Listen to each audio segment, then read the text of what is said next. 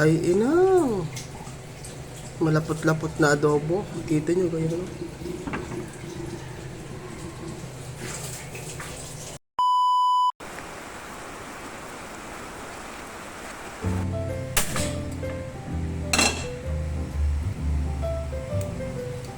Pangbansang ulam. Luto tayo. Ay, sa Gadadataran, Kamagong, galing Surigao.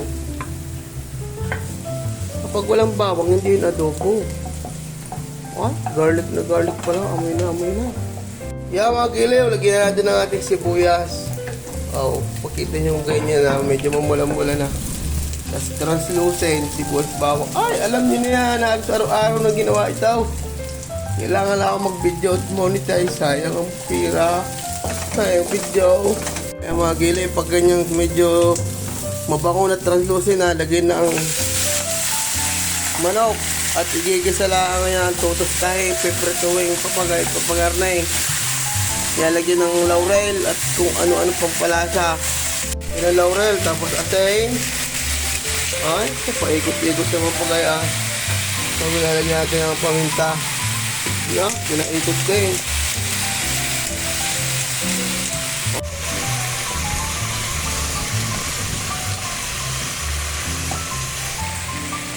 Lagyan ang gawa nyo.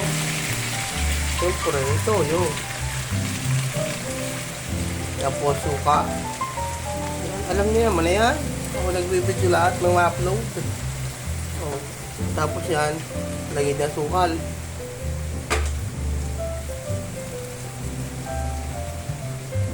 So, bago yung ating ketchup na malapit na ma-expire, lagyan na natin. Sayang ketchup. Sige, damihin. Sige pa.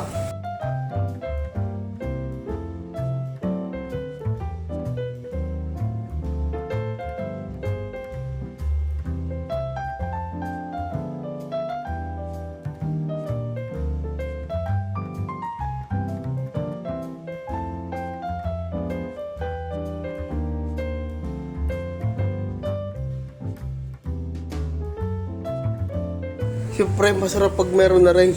Luto tayo nito. Bonus. Habang nagpapalambot. Wow. Quality ito mga giliw. Sarap. Luto na ito. Patayin na natin. Yellowish rice. Ito na nga po, rekta na natin sa plato. Ating pang-ulam. Wow! Siyempre, hindi mawawala ang sabaw. Ay, inang! Malapot-lapot na adobo. Kita nyo kayo, no?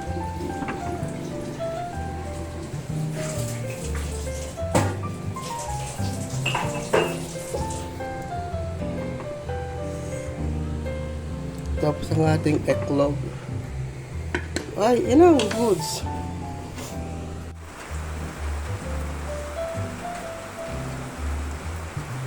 Ayan na mga giliw. Tara kumain habang nagtatrabaho.